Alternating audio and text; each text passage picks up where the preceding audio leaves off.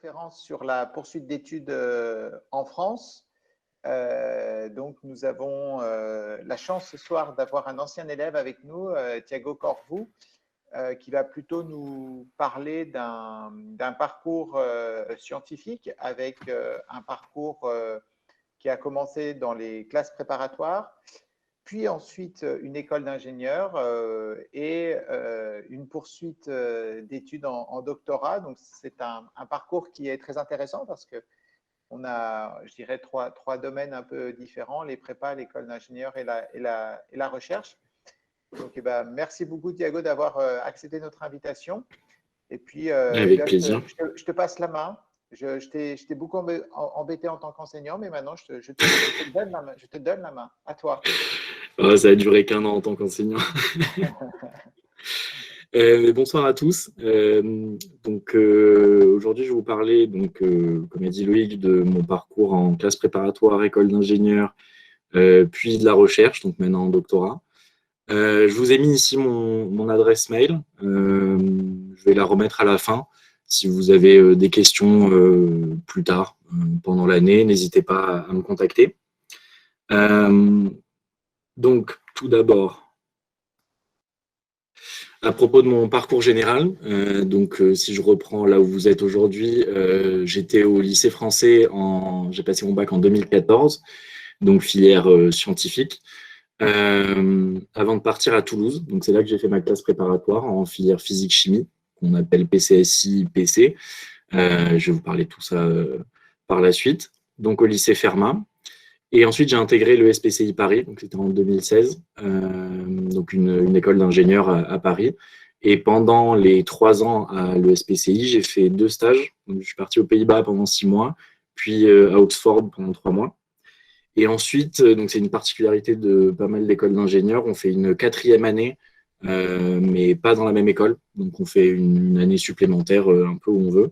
Et moi, j'ai fait une 2e année de master en physique fondamentale. Donc avec une spécialité matière molle et biophysique.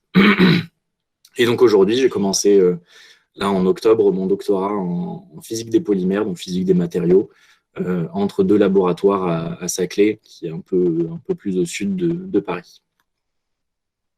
Donc si on reprend au niveau des classes préparatoires, donc là où vous êtes maintenant et que vous essayez de vous renseigner sur les études supérieures, vous avez ce genre de diagramme. Donc c'est un peu compliqué, on va essayer de décrypter tout ça. Si vous partez dans des études scientifiques, il y a, à mon avis, les 3 parcours principaux qui sont ceux-ci. Donc soit vous avez la filière universitaire, tout à gauche, donc les 3 années de licence, 2 années de master, et ensuite le doctorat que je suis en train de préparer maintenant. Soit vous passez par une prépa scientifique. Est-ce que vous voyez mon pointeur? On le voit très bien, ouais. D'accord, je vais le mettre comme ça. Soit vous partez en prépa scientifique pour intégrer une école d'ingénieur ici, et vous ressortez donc avec un diplôme d'ingénieur. Les ENS et les écoles normales supérieures, donc très tournées recherche aussi et enseignement. Pareil, post-prépa. Et la 3e voie, c'est celle des grandes écoles qui sont directement post-bac. Donc le système, on a un peu le même programme qu'en prépa. Il n'y a juste pas la partie concours, donc il y a moins cette partie stress au bout de 2 ans, devoir être admis quelque part, vu que vous êtes déjà dans l'école. Donc entre ces 3 voies-là, alors c'est différents styles d'enseignement. Dans la filière universitaire, vous allez avoir plutôt un enseignement, des grandes promotions. Vous allez être moins encadré, donc il faut plus d'autodiscipline, il faut savoir travailler tout seul et s'organiser tout seul. En prépa, il y a plus d'encadrement, donc c'est plus intense, mais en même temps, on a des classes plus petites. Donc voilà, les professeurs connaissent tout le monde, ils encadrent tout le monde de plus près. Et ensuite, il y a les grandes écoles post-bac. Donc, c'est un enseignement un peu intermédiaire entre les deux. À la fois le côté plus intense dans les 2 premières années, comme la prépa, mais sinon un rythme plus universitaire, sans ce stress de la prépa parfois. Il faut savoir aussi donc, que vous vous engagez pas non plus enfin, vous signez pas pour 5 ans, maintenant après le bac. Il y a souvent des passerelles entre ces formations. Et donc, par exemple, j'en ai mis, c'est possiblement pas exhaustif. Il y a probablement d'autres passerelles que j'ai pas mis ici.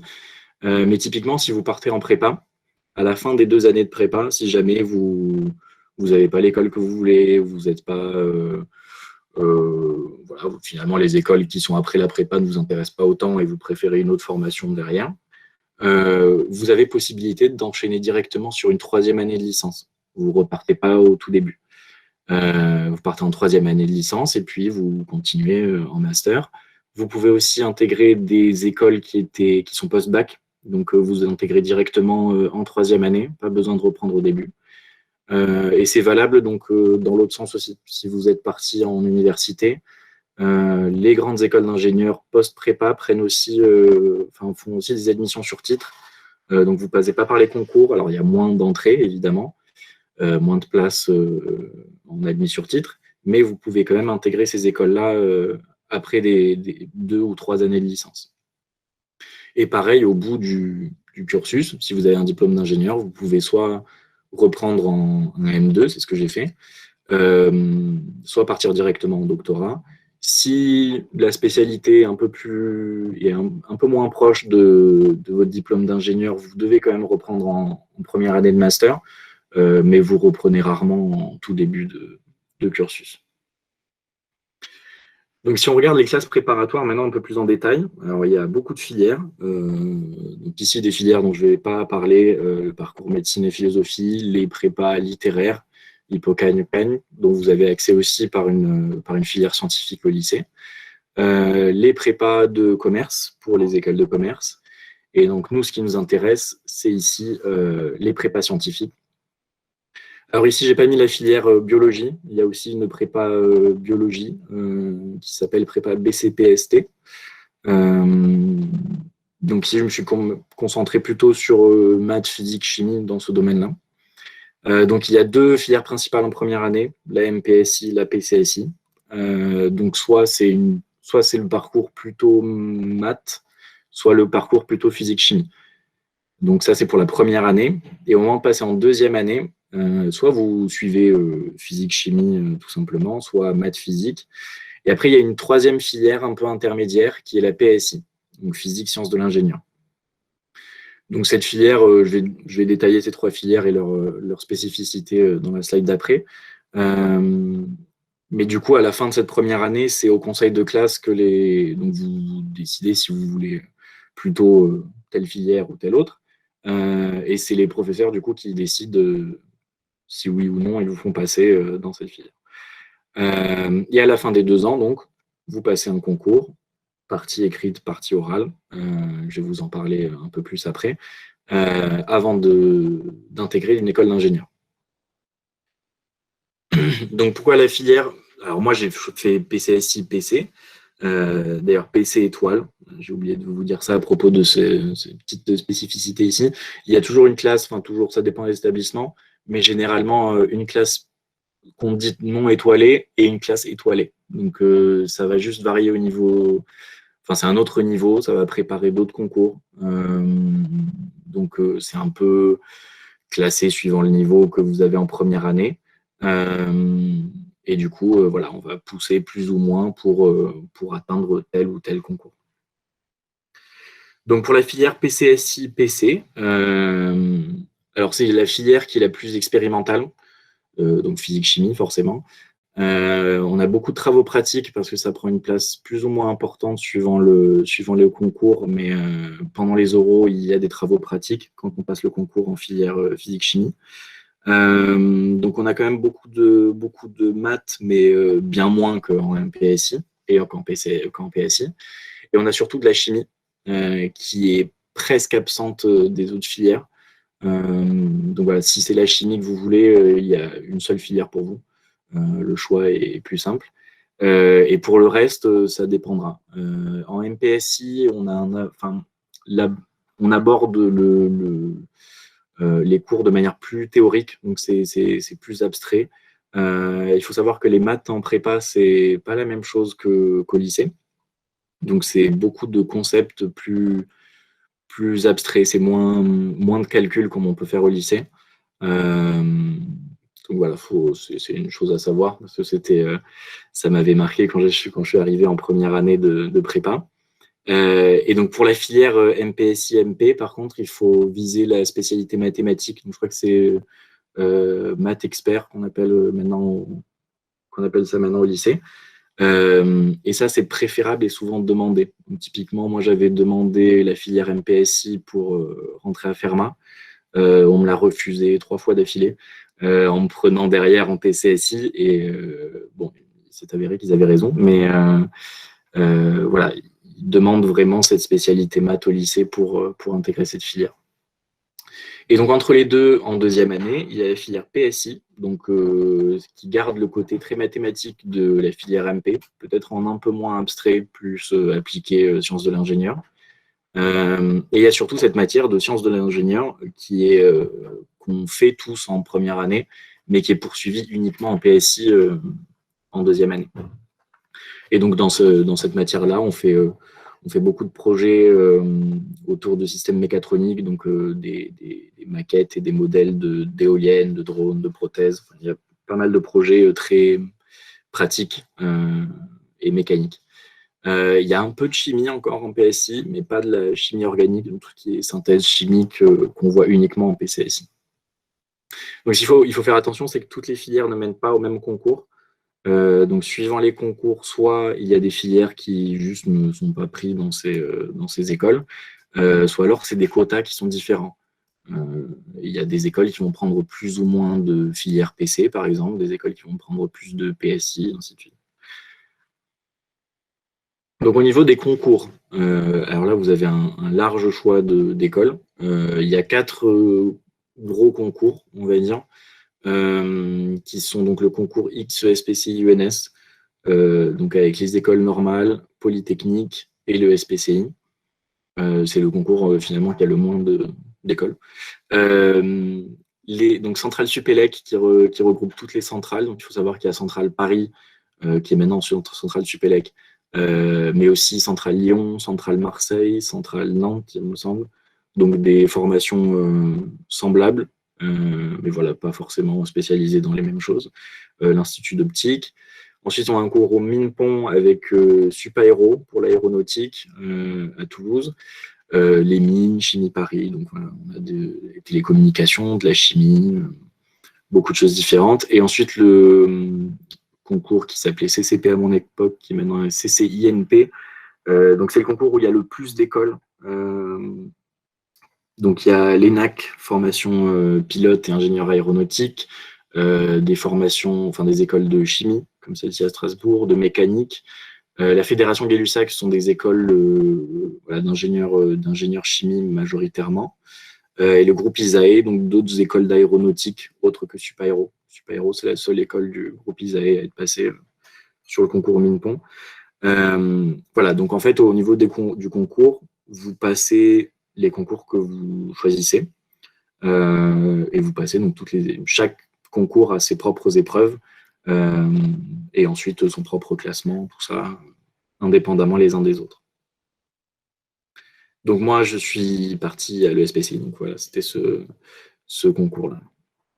Donc au niveau des statistiques, des chiffres à peu près de si l'on rentre pas. Donc il faut savoir que ces chiffres, il faut les prendre avec des pincettes.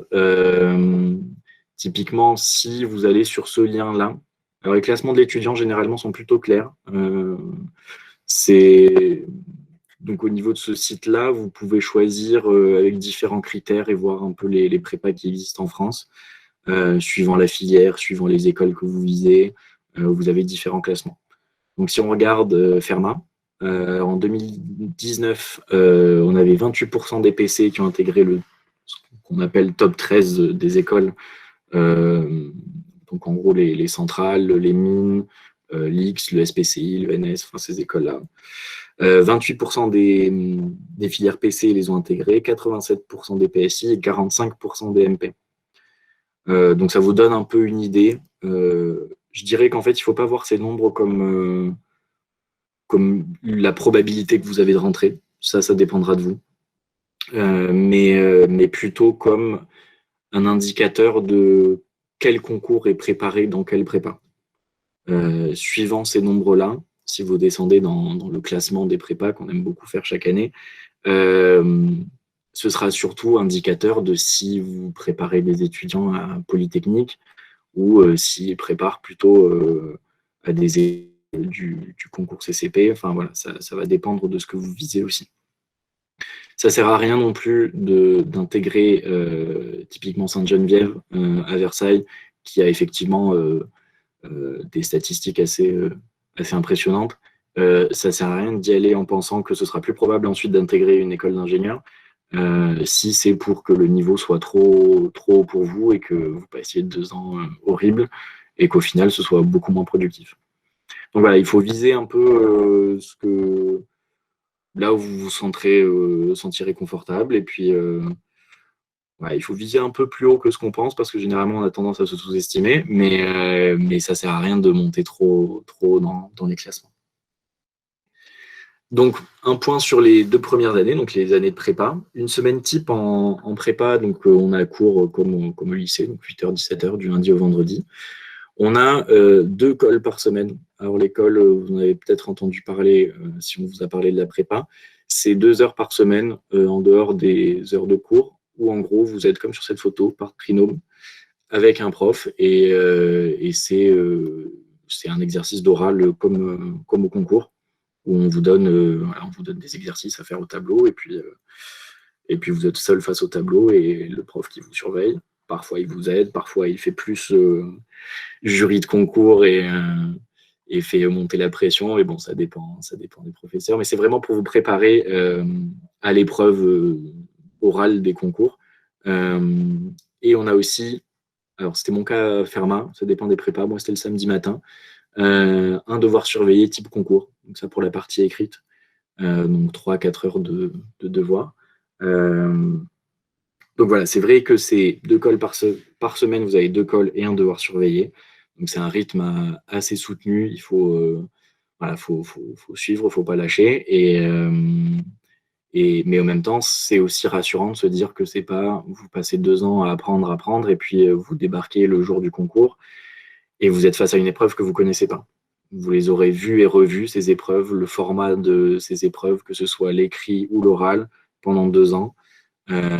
Donc ce sera une habitude et le jour J, vous serez prêt.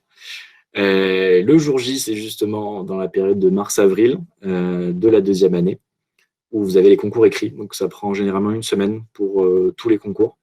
Donc ils calent toutes les épreuves en une semaine. Comme je vous l'avais dit, chaque concours a son épreuve de maths, son épreuve de physique, ainsi de suite. Et ensuite, vous retournez en cours. Là, vous n'avez plus cours, mais généralement des préparations aux oraux entre avril et juin, où vous faites beaucoup de travaux pratiques. Vous pouvez demander à des professeurs de passer des épreuves orales avec eux.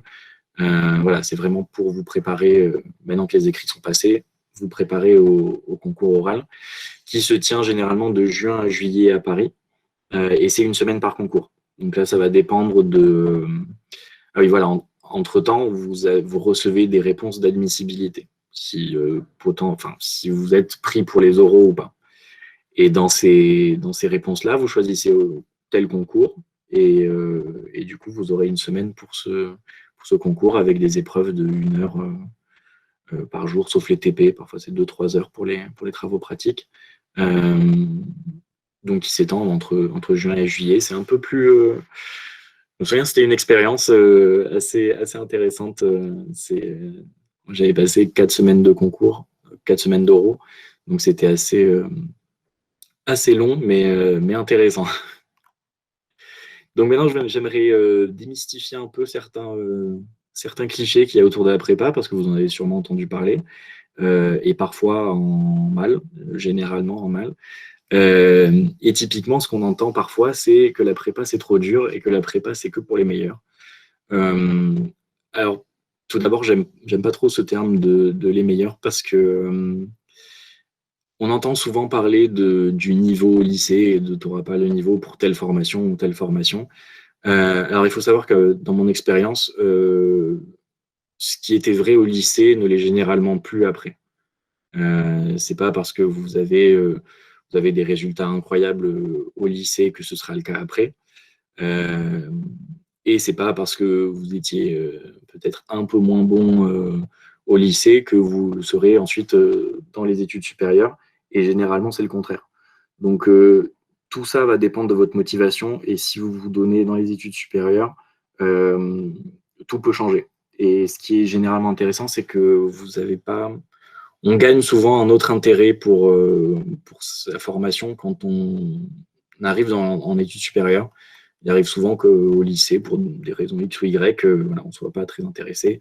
Et, ou alors, voilà, on n'a pas encore atteint l'âge où on s'est rendu compte que c'était important à nos yeux de suivre une formation qui nous plaît et d'atteindre certains objectifs professionnels. Et du coup, on découvre ça après dans les études supérieures. Donc voilà, il ne faut pas se fier à ce qui est vrai au lycée, qui sont les meilleurs, qui sont les moins bons. Ça, c'est faux.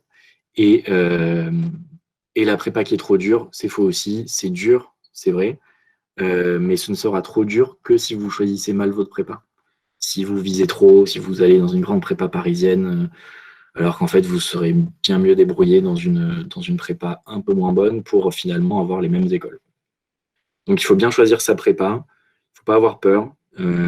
Et ensuite, voilà, comme je vous ai dit, vous serez encadré. Et puis, ça dépendra de votre motivation, mais pas de votre niveau au lycée. Un autre point, c'est il y a des gens qui disent que la fac, c'est moins bien, que la prépa, c'est. Ou alors, justement, au contraire, que la prépa, c'est inutile et qu'il vaut mieux aller à la fac. Alors, c'est faux aussi, comme je vous ai dit au début, à l'université, c'est une formation différente. Pour moi, il n'y a pas de niveau différent entre la prépa et l'université. Moi, aujourd'hui, je suis en doctorat avec des gens qui sont passés par l'université, d'autres qui sont passés par des écoles d'ingénieurs. Et c'est deux formations différentes. En université, vous allez être plus tout seul. Voilà, il y a des gens qui préfèrent apprendre de leur côté, tranquillement, qui savent s'organiser tout seuls. Et de l'autre côté, en prépa, on va vous pousser un peu plus. Ça peut être motivant parfois pour certaines personnes. Voilà, ça dépend des profils. Il faut savoir se connaître un peu et savoir ce que l'on préfère. Et enfin, il y a ce qu'on entend, c'est que la prépa, c'est super compétitif, que personne ne nous aide, qu'on nous laisse tout seul, et qu'en prépa, on ne fait que bosser et qu'on n'a plus de vie sociale. Alors ça, c'est faux aussi. Donc certes, c'est compétitif parce que forcément, c'est un concours, mais pas au sein de votre classe. C'est plutôt, en tout cas, moi, à Fermat, j'ai eu cette sensation, c'est que on est vraiment, c'est notre Fermat notre prépa contre les autres. Donc on va s'entraider au sein de notre classe pour qu'on intègre tous l'école qu'on veut. Parce que de l'autre côté, mais il y a de très bonnes prépas et il faut faire mieux. Donc c'est pour ça aussi qu'on retrouve le côté vie sociale qu'on dit qu'on n'a pas en prépa. C'est qu'on est finalement une classe très soudée en prépa, forcément, face à l'adversité, face au stress qu'il y a parfois. Généralement, les classes sont très soudées. Donc voilà, il y a beaucoup d'entraide et en plus, on est très bien encadré par les professeurs. Donc voilà, il y a une très bonne ambiance généralement en prépa. Donc mes conseils, pour aller vite, parce que je vois que je prends un peu trop de temps. Les 2 années en prépa, ça m'a donné une grande capacité de travail, d'organisation. J'ai eu des professeurs qui ont beaucoup cru en moi, souvent plus que moi-même, donc qui ont vu que j'avais les capacités pour aller plus loin et effectivement, ils m'ont poussé pour. Et voilà, ça m'a préparé aussi pour le reste, à pas, voilà, c'est pas parce qu'il y a un échec à un moment qu'il faut se laisser abattre et tout continue. Et mes conseils, ce serait, comme je l'ai dit, je le répète, bien choisir sa prépa. Avoir une idée des écoles que vous visez, ça peut aider ça, à garder la motivation pendant les 2 ans de prépa. Parce que les premières semaines sont dures et après, on rentre un peu dans le rythme. Et privilégier aussi une ville que l'on connaît. Plutôt que de viser une grande prépa parisienne, par exemple, si vous avez de la famille, comme c'était mon cas à Toulouse, c'est mieux et ça a privilégié parce que vous vous sentirez mieux là où vous êtes et ça rendra la prépa plus facile. Donc ensuite, pour le SPCI, je vais passer assez vite sur le SPCI, parce que c'est un peu plus loin de vous, mais c'est pour vous donner un exemple d'école d'ingénieur. Donc la particularité de cette école d'ingénieur, c'est qu'elle est quand même très tournée recherche, donc je suis plutôt bien tombé. Et c'est un enseignement donc à la fois en physique, en chimie et en biologie, et surtout en plein cœur de Paris. Donc ça, c'était plutôt agréable pendant les 3 ans là-bas. Voilà, c'est une école qui, je pense, est de plus en plus reconnue en France et à l'étranger. Et ça se voit quand je suis parti en stage ou même maintenant en doctorat, il commence à avoir une notoriété quand même assez impressionnante. Donc, quelques chiffres ici, c'est surtout pour rejoindre les stats que je vous racontais tout à l'heure.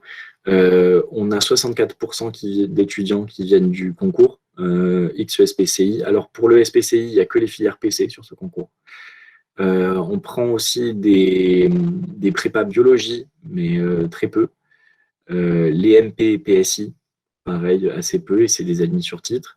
Il y a quand même 15% pratiquement qui viennent de l'université, donc les passerelles dont je vous parlais, et 5,6% qui viennent des classes préparatoires intégrées, donc d'écoles d'ingénieurs post-bac.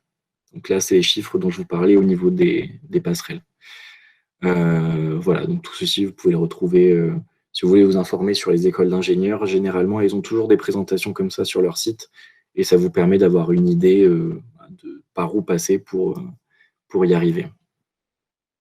Au niveau des cours, donc comme je l'ai dit, c'est très pluridisciplinaire, on voit un peu tout, physique, chimie, biologie. C'est vraiment les 2 premières années, c'est très large et ça vous permet de voir vraiment ce qui vous plaît.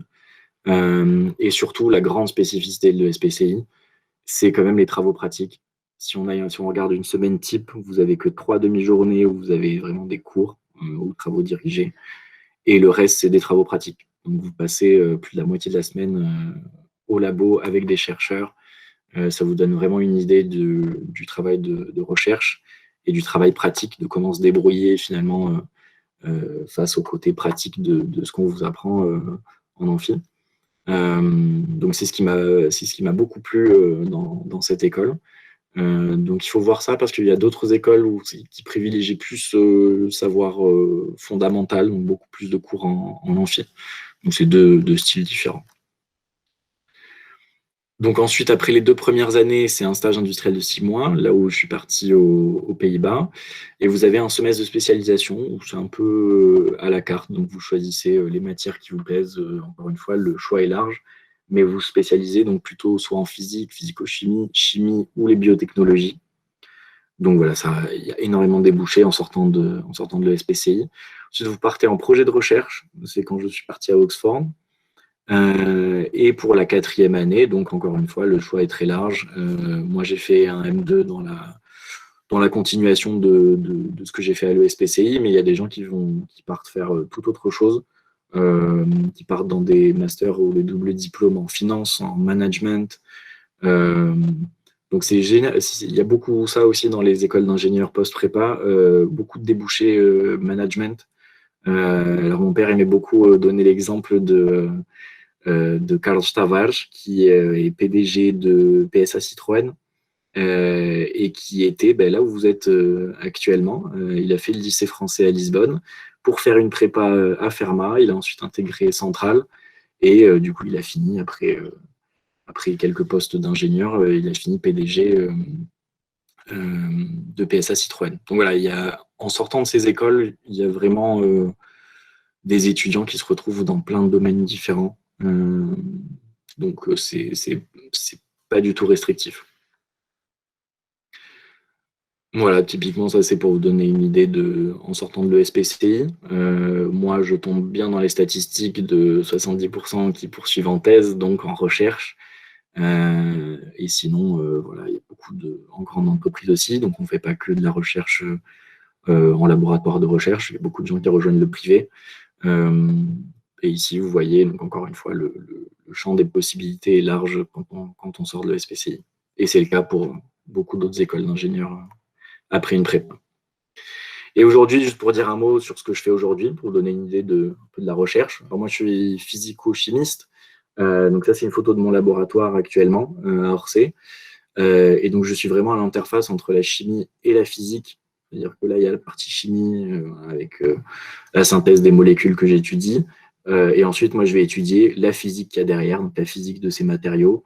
Ça, c'est ce qu'on appelle de la rhéologie, donc pour aller étudier les propriétés mécaniques des matériaux.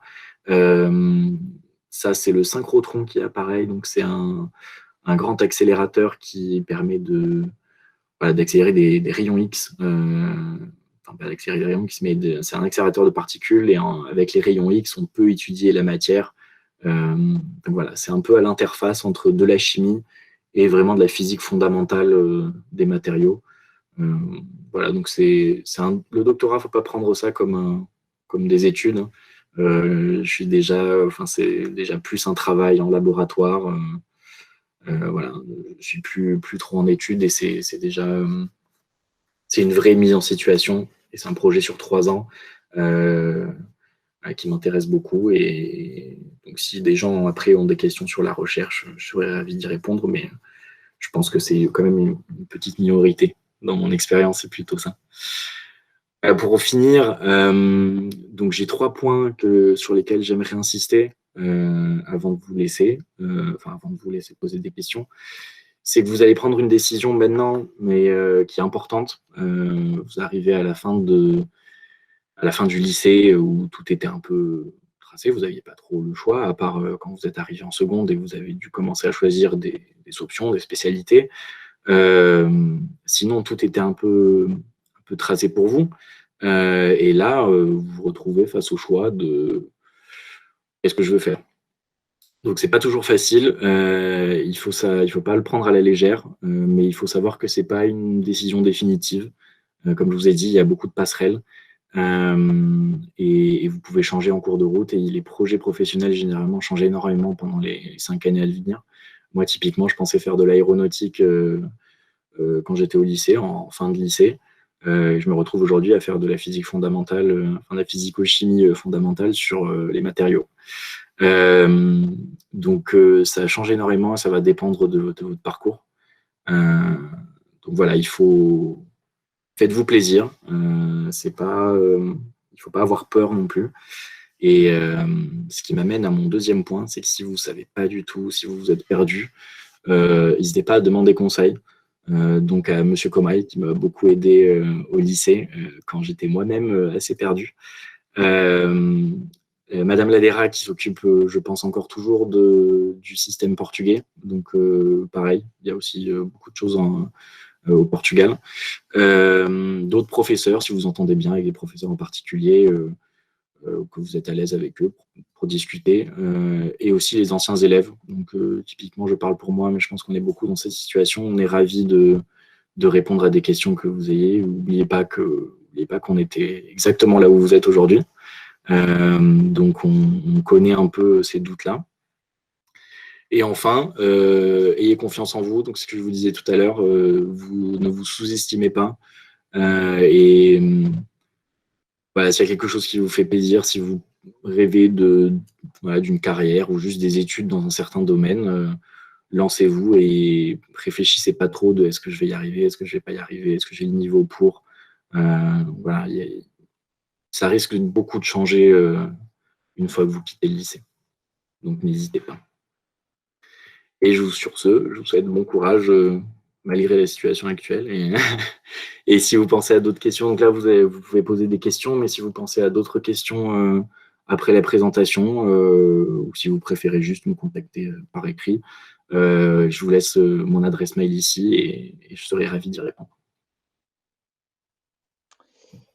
Merci beaucoup, Thiago. Quelle maturité. Merci.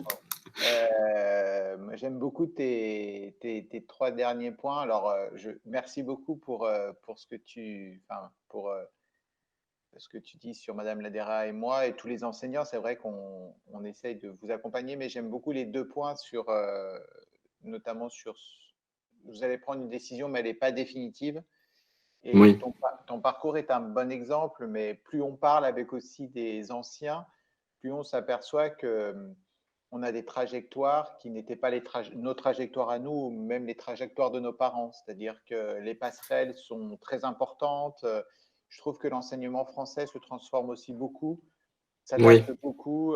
Tu parlais de l'université. Dans 15 jours, on aura une conférence du responsable de l'université de Montpellier pour la partie scientifique.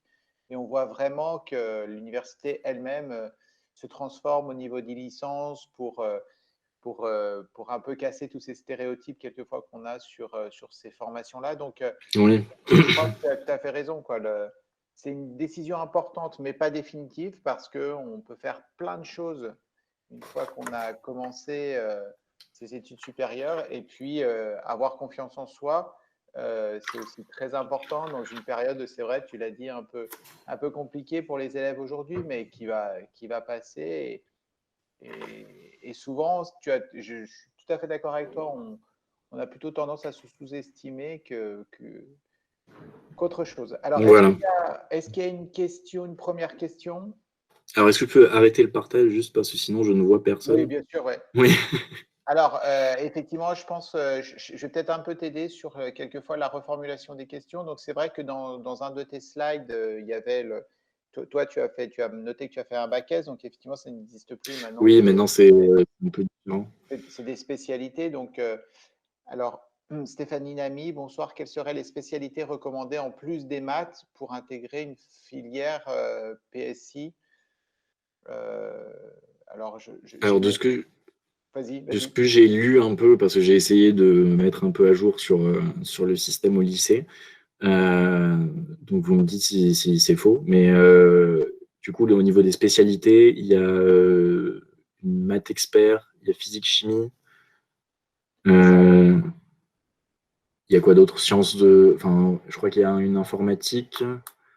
Alors, ouais, alors, dans notre lycée, on a les enfin, maths, ensuite on a physique, chimie, SVT, et en première, on a NSI, mais qui n'est pas encore en terminale. Donc voilà, enfin, sur les parties scientifiques, c'est ça. Ensuite, on a toutes les filières humanité, SES. Oui.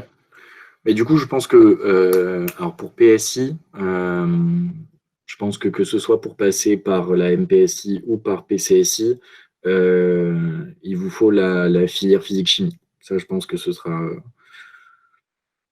conseillé, voire obligatoire. Si vous voulez passer par la MPSI, dans ce cas-là, maths expert, ce sera demandé. Euh, et après, vu que la PSI, c'est pas en première année, je pense pas qu'ils puissent vraiment demander à ce qu'au lycée, la spécialité SI ait été faite. Mais voilà, c'est toujours bien si vous avez la possibilité de cumuler, ou c'est toujours bien d'avoir vu ça avant d'arriver, vous serez plus à l'aise. Mais en tout cas, pour MPSI et PCSI, donc pour la première année, je pense que physique-chimie déjà, et pour la MPSI en particulier, maths expert. Ouais, je crois que c'est compliqué pour MPSI ou PSI. Ensuite, effectivement, pour la deuxième année, je pense que c'est compliqué même de ne pas prendre la spécialité maths, c'est-à-dire que les élèves qui abandonneraient maths en première et qui prendraient ce qu'on appelle maths complémentaires en option, je pense que ce soit PCSI ou MPSI, ça peut être compliqué. Mm. Alors, d'autres questions?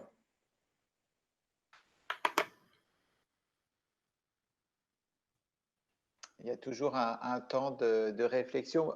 Moi, je vais juste, en attendant peut-être que les élèves se positionnent, essayer de poser vos questions sur le chat, les élèves.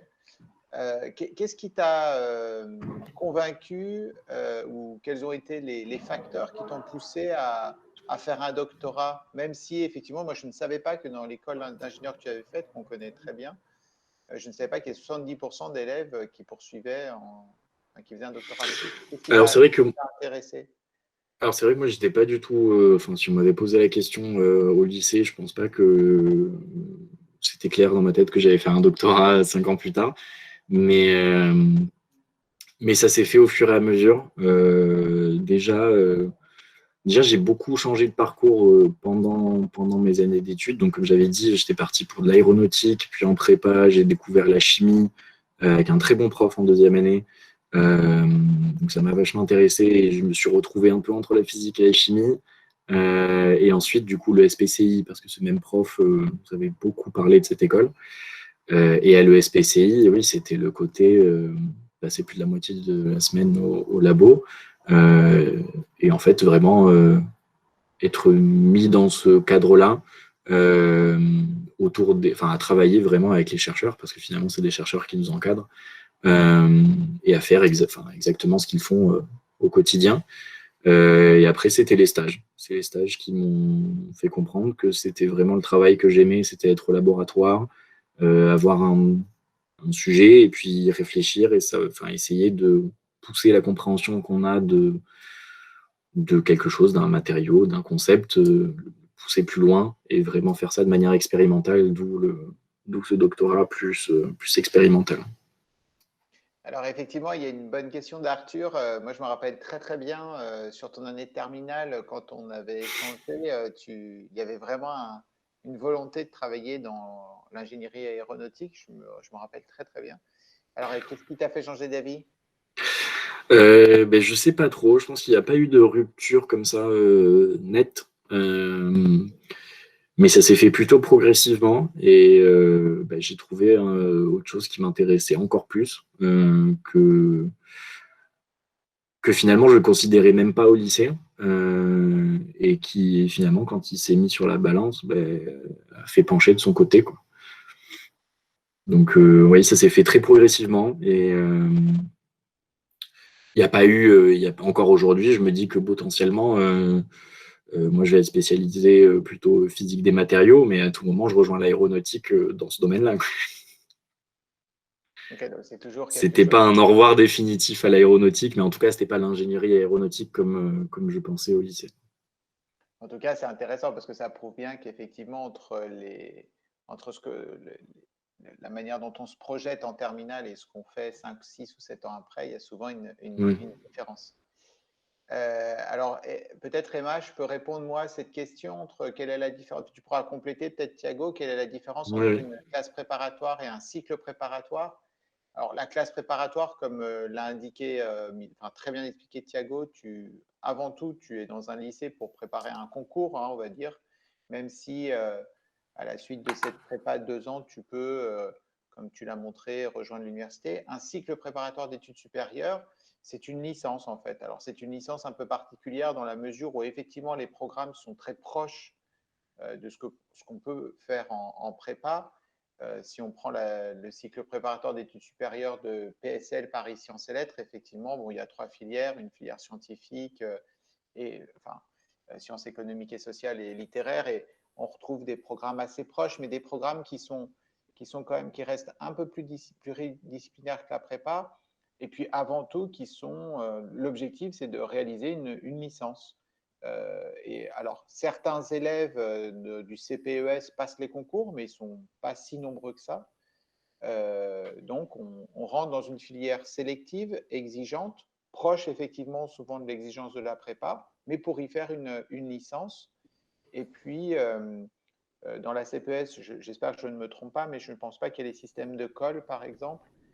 On est plus déjà basé Euh, sur des travaux en groupe. Je sais qu'il y a des travaux de recherche aussi qui sont effectués.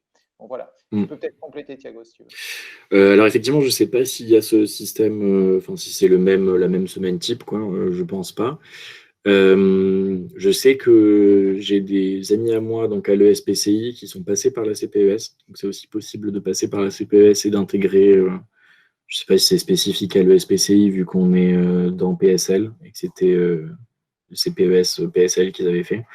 Mais en tout cas, voilà, c'est possible aussi d'arriver là où j'étais aussi par la CPES. Mais sinon, je connais pas beaucoup plus sur la formation en soi. Je pense qu'il faut plus le prendre. Oui, effectivement, on va dire que c'est effectivement deux systèmes de formation, deux types de pédagogie, Oui, assez différentes, assez différentes. Le CPES, on serait peut-être entre quasiment le parfait mix entre la prépa et l'université. C'est ce qu'en tout voilà. cas nous disent les responsables de la CPES, notamment de PSL. Puisque en première année, vous êtes dans un lycée, en deuxième année, vous pouvez aller dans une école d'ingénieur, en troisième année, vous pouvez aller à l'université ou au lycée. Donc, voilà, c'est deux enseignements. Et la grande différence aussi, c'est que la CPES, En deuxième année, vous avez des cours dans soit des universités, soit les écoles d'ingénieurs. C'est-à-dire que justement, les gens que je connais qui sont passés par la CPES avaient suivi des cours à l'ESPCI avant d'y être admis, quoi. Donc en deuxième année, il y a vraiment, vous êtes vraiment sur place et vous voyez vraiment à quoi ça ressemble dans les écoles et dans les universités. Alors, est-ce qu'il y a une autre question? Un élève? Peut-être qu'il y a des parents d'élèves, je ne sais pas, qui sont avec leurs enfants derrière les ordinateurs. Est-ce que, alors peut-être avant qu'une autre question arrive, est-ce que peut-être tu peux nous en dire un peu plus, parce que je pense que ça peut être intéressant pour les élèves de nous dire un peu plus concrètement en quoi consiste ton travail de recherche aujourd'hui. Alors juste. Oui, dis-moi. Après, on répondra à Madame Nani. D'accord. Oui, je suis allé un peu vite dessus, vu que c'est encore un peu lointain pour vous. Mais en gros, voilà, mon quotidien, c'est vraiment le quotidien d'un chercheur, où je suis très, très autonome. Je suis quand même encadré. Euh, j'ai des directeurs de thèse donc, qui guident un peu, surtout au début de la thèse, pour un peu orienter l'axe qu'on va explorer. Mais après, voilà, je suis tout seul au laboratoire. C'est moi qui gère mes expériences. C'est moi qui décide voilà, si j'ai envie de faire plutôt telle expérience ou telle expérience, aller explorer plutôt cet aspect-là ou pas. Euh, donc il y a beaucoup d'autonomie. Je suis toujours au laboratoire. Enfin, après, voilà, ça dépend des thèses. Moi, j'ai une thèse de doctorat qui est très expérimentale. Donc c'est surtout du laboratoire. Il y a des thèses qui sont plus théoriques. Euh, Ça dépend beaucoup. Et, et voilà, c'est un vrai contrat, on va dire, vu que il y a déjà un salaire, il y a déjà. Donc on inclut ça finalement dans la filière universitaire d'études, mais c'est plus vraiment des études. Et donc moi, je fais plutôt physico-chimie, c'est-à-dire que j'ai les parties plus laboratoire de chimie où je vais préparer mes échantillons et ainsi de suite, et la partie physique où là je vais utiliser donc les grands appareils de rayons X, des appareils pour étudier les propriétés mécaniques de mes matériaux. Euh, donc c'est ça qui me plaît beaucoup aussi, c'est ça que j'avais découvert justement à l'ESPCI, un peu cette interface où on a un peu des deux. Merci. Alors, Madame Nami, y a-t-il des formations du même type? Vous parlez de prépa, d'école d'ingénieur, qu'est-ce que vous souhaitez évoquer? Enfin, quel type? Est-ce que vous parlez des prépas ou est-ce que vous parlez des écoles d'ingénieurs? Parce que si on parle des prépas, les prépas, c'est un Oui, système qui est très français. Il y a pas, on a, les écoles d'ingénieurs post-bac. Alors, les écoles d'ingénieurs post-bac, c'est aussi un système qui est très français. oui, en fait. Ouais, vas-y, Thiago, vas-y. Oui, pardon, c'est juste pour dire que c'est vrai que en fait, l'école d'ingénieur, le diplôme d'ingénieur en soi est très, très français. Et j'ai d'ailleurs rencontré ça quand je suis parti à Oxford ou aux Pays-Bas. Alors aux Pays-Bas, moins parce qu'ils connaissaient pas mal les étudiants, ils prenaient pas mal de stagiaires français, qui connaissaient un peu plus. Mais c'est vrai que sinon, majoritairement à l'étranger, en fait, un diplôme d'ingénieur, c'est un peu bizarre. Après, de toute façon, un diplôme d'ingénieur est équivalent à un M2, quoi. Donc, on peut dire diplôme d'ingénieur, mais c'est vrai qu'ils n'ont pas ce nom-là à l'étranger, vu qu'il n'y a pas ces écoles d'ingénieurs à proprement dit, et c'est surtout des universités qui sont plus ou moins expérimentales, plus ou moins voilà, avec des petites variantes, mais il y a rarement une formation qu'on appelle une formation d'ingénieur. Oui, parce qu'effectivement, en France, on distingue la formation ou le M2 en ingénierie et le titre d'ingénieur Oui, qui est en fait pardon, délivré par une école d'ingénieur. Donc, les écoles d'ingénieurs post-bac, avec les prépas intégrés, que ce soit l'INSA, que ce soit l'UTC, peu importe, sont des écoles qui sont qui sont propres à la France et qu'on retrouve peu à l'étranger. Bon, au Portugal, le Technico, par exemple, est une université qui est très reconnue. On va faire des études en ingénierie, mais le Technico, ce n'est pas une école d'ingénieur post-bac. Donc, effectivement, c'est un système qui est très français. Alors, il est bientôt 9 heures. Est-ce que vous avez une dernière question pour Thiago? Alors, pas de questions, mais merci d'avoir pris le temps. C'était vraiment intéressant. Merci, Diego. Et c'est avec plaisir.